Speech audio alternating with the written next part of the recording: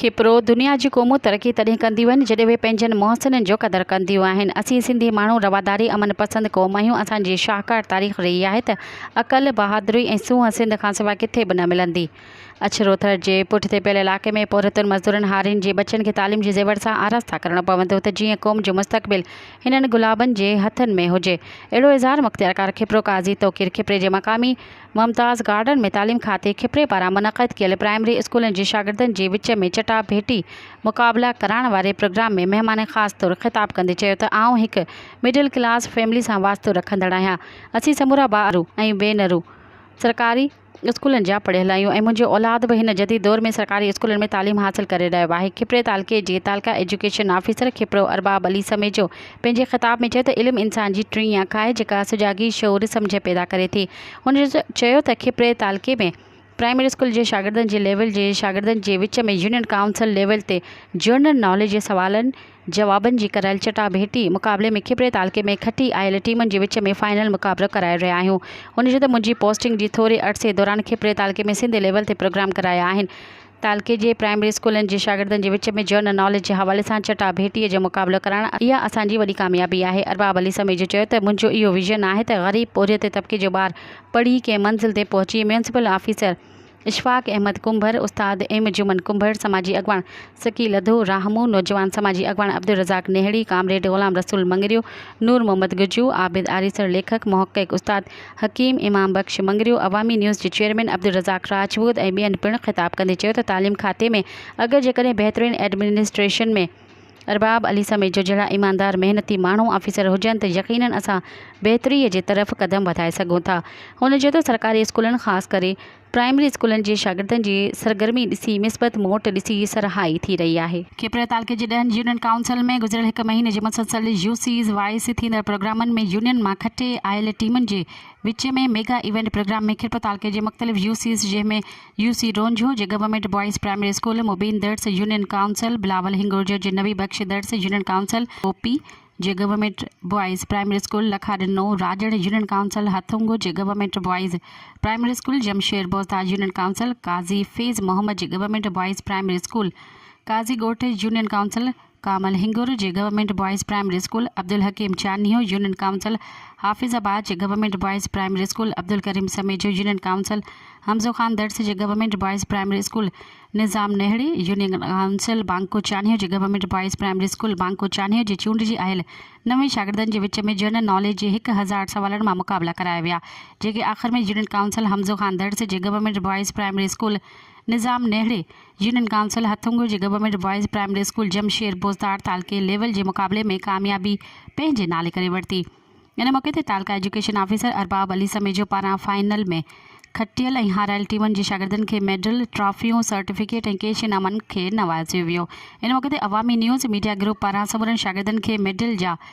तोहफ़ा पेश कया विया। प्रोग्राम खे चार चंड लॻाइण लाइ गवर्नमेंट बॉयज़ प्राइमरी स्कूल आरब आरिसर जे शागिर्दनि आयल समूरनि महिमाननि खे टेबलो ज़रिए आजियाणो पेश कयो। प्राइमरी स्कूल मुबीन दर्स जे शागिर्दनि सकाफ़ती रंग लाहींदे डांडिया रक़्स करे वेठलनि खे झूमण ते मजबूर करे छॾियो।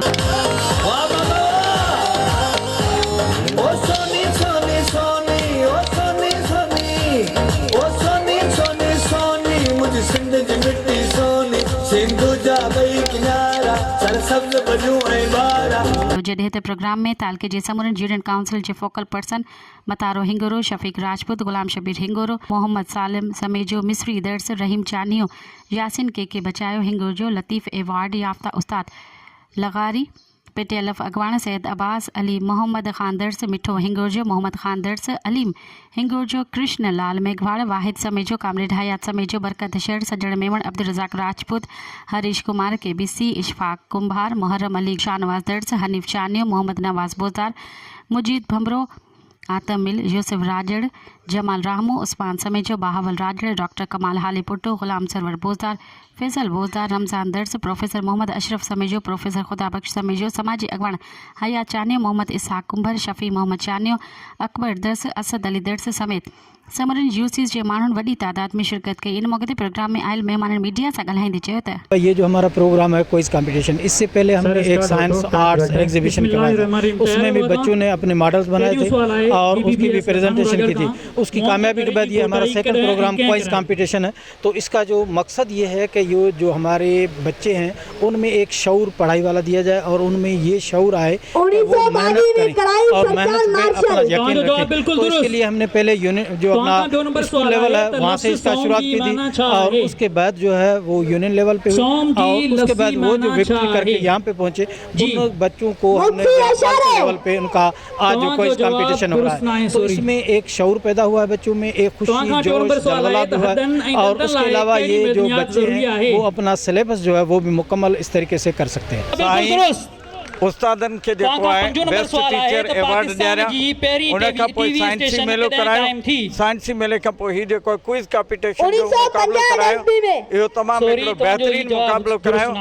आउं चाहियां थो त जेकॾहिं साईं अरबाब अली साहब जहिड़ा सभई तलके ऑफिसर हुजनि तो इंशाल्लाह जेको गवर्नमेंट जे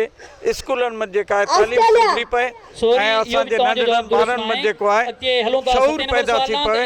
ऐं उहो तमामु घणो अॻिते अची सघनि था। हिकिड़ो त ख़ुशी थी आहे तमामु ऐं प्रोग्राम जेके थिया हर हिकु यूसी में जा चूंडे नवनि यूसियुनि में शागिर्द जेके हिते आया आहिनि ऐं तमामु ॾाढा सुठा सुवाल ऐं जवाब ॾिना आहिनि छोकिरनि आऊं साईं के अरबाब साहब के जस ॾींदुसि जंहिं जूं ही महिनतूं ऐं काविशूं आहिनि जंहिं वॾी कोशिशि कई आहे। आऊं इहो बि चाहींदुसि त इनशाला अॻिते जे लाइ बि हर हिकु यूसी में इहे प्रोग्राम थियणु खपनि, बाद में वरी त हल्के ते थियनि पर ज़िले लेवल ते बि थियणु खपनि। तंहिं करे तमामु ज़रूरी आहे इन करे मान में जेको जस उस्ताद अरबाब खे ऐं उन खां पोइ ॿिया जेके बि हिते महिमान आया आहिनि ऐं उहे कोशिशि करे भरपूर हिसो इन में वठनि। सिंध जे सांगड़ ज़िले जे खिपरो तलके जे पोइते पियो इलाइक़ो अछड़ो थर जंहिंमें अॼु प्राइमरी स्कूल जे लेवल जो ही मेगा इवेंट जेको थी रहियो आहे सच पुछो तलका एजुकेशन ऑफिसर खिपरो अरबाब अली समेजो साहब जे महिनतनि कावशनि जो ही नतीजो आहे। छाकाणि त अरबाब समेजे साहब खिपरो तलके में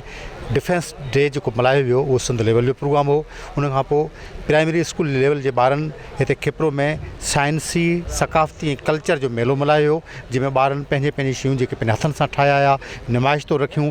सच पुछो त सॼी सिंध जा जेके कलम धणी दाद धणी अदीब ऐं लेखक आया हुआ ऐं साइंसदान आया उहे ॾिसी अचरज पइजी आहे त प्राइमरी स्कूल लेवल ॿारनि हेॾो वॾो प्रोग्राम कयो आहे।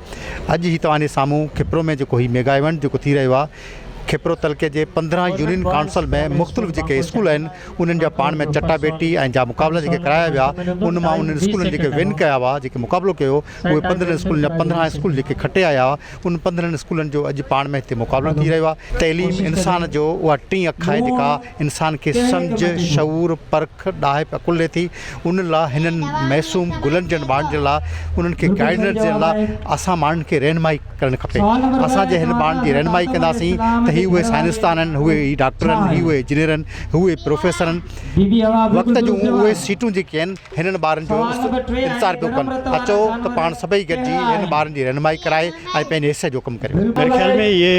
जो प्रोग्राम हुआ है इसमें दो चीज़ें अहम हैं हमारे मुस्तकबिल के लिए। एक तो प्राइमरी सतह के बच्चों का जो एतमाद है वो बाल हुआ है और उनको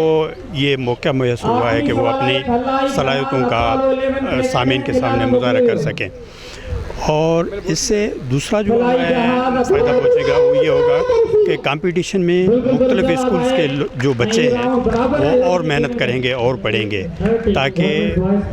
आगे जाके वो अपनी पोजीशन हासिल कर सकें। तो सिंध के इस अच्छे तरह के डेजर्ट एरिया में खिपरो तहसील जो पसमानदा तहसील है उसमें इस किस्म की जो सरगर्मियाँ है वो बहुत अच्छी है और खुशाइंदा है और हमें उम्मीद है कि इस सरगर्मी से हमारा जो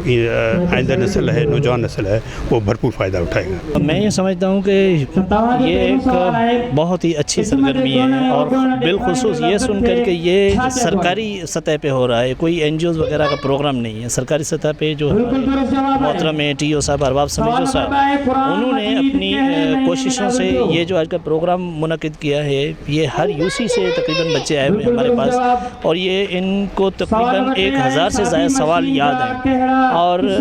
यही तरीका है इस दौर की तालीम का। इससे बच्चे शौक़ से पढ़ते हैं, बाय फोर्स बच्चे नहीं पढ़ते। तो इन एक्टिविटीज़ और इन प्रोग्राम्स का होना हम समझते हैं कि यहाँ के बच्चों के लिए खुशनसीबी है। और सरबराह समझो जैसे जो हैं ऑफिसर्स, उनके लिए स्पेशली गवर्नमेंट को भी इन के साथ मिलकर ऐसे प्रोग्राम हर तालुके में अरेंज करवाने चाहिए। तमाम ज़बरदस्त प्रोग्राम है। हिननि में ॿारनि में टैलेंट अचे थो, ॿारनि में उत्साह पैदा थिए थो।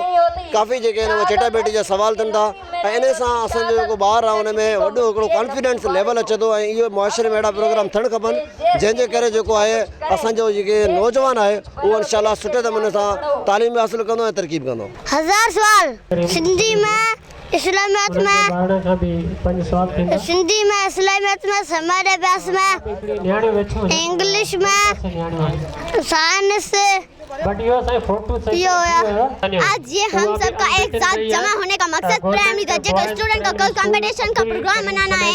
आली वकार आज ये पुरवकार तकरीब देख के बहुत खुशी हुई कि ये नन्हे नन्हे शागिर्द साथी जिसको पहले प्राइमरी दर्जे पे नाम लिखना और एबीसी सही तरीके से नहीं होती, आज वो 1000 के सवालों और जवाबात का मुकाबला कर रहे हैं। तमाम शुक्रगुजार आहियूं जिन्हें करे वॾा प्रोग्राम लिखिया विया। जॾहिं त होस्टिंग जे हवाले सां चनेसर राजड़, गुलाम अली राजड़, असद अली बोज़दार फ़राइज़ अंजाम ॾिना। जॾहिं त जजिस तौर हैदर अली समेजो, अयाज़ अमीन हिंगोर जो पंहिंजियूं ज़िम्मेवारियूं अदा कयूं। जॾहिं प्रोग्राम में आयल समूरनि महिमाननि खे तालका एजुकेशन ऑफिसर खिप्रो अरबाब अली समेजो पारां अजरकुनि जा तोहफ़ा पेश कया। मज़ीद ख़बरनि ऐं तफ़सीलात लाइ विज़िट कयो असांजी वेबसाइट www.awamiNewsHD.com ऐं ॾिसंदा रहो अवामी न्यूज़ HD।